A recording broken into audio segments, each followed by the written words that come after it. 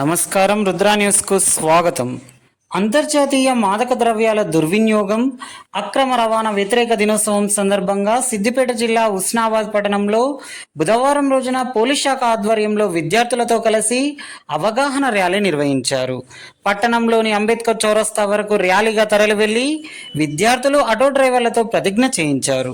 ఈ సందర్భంగా సిఐ శ్రీనివాస్ మాట్లాడుతూ, మాదక ద్రవ్యాల వినియోగం అనేది పట్టణాల నుండి నేడు గ్రామాల వరకు విస్తరించిందన్నారు. చాలా మంది యువత గంజాయి బారిన పడి తమ జీవితాలను కోల్పోవడంతో పాటు తల్లిదండ్రులను ఆశలను నిరాశపరుస్తున్నారని అన్నారు. మాదక ద్రవ్యాల విద్రోహ శక్తుల చేతుల్లో యువత జీవితాలు చిన్నాభిన్నమవుతున్నాయని అన్నారు. ప్రపంచానికి పెనుముప్పుగా మారిందని, డ్రగ్స్ వాడుకతో రేపటి తరాలు నిర్వీర్యం అవుతున్నాయని ఆందోళన ఓవైపు, ఉగ్రవాదంలో రూపుదాల్చిన మాదక ద్రవ్యాల వినియోగాన్ని అరికట్టాలంటే కేవలం పోలీస్ శాఖతోనే సాధ్యం కాదని, అందరి భాగస్వామ్యంతో అరికట్టవచ్చునని పిలుపునిచ్చారు.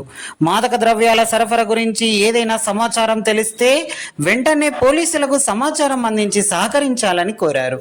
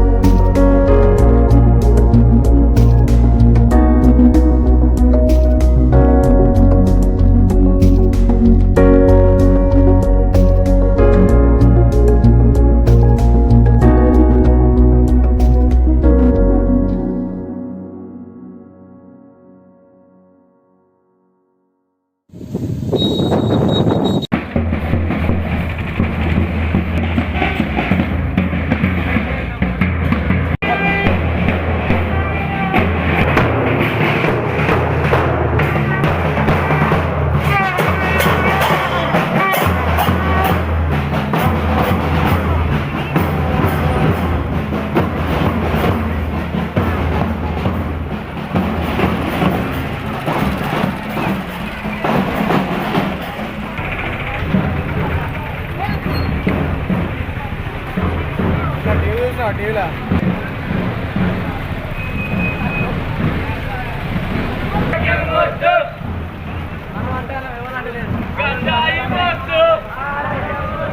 గంజాయి వద్దు.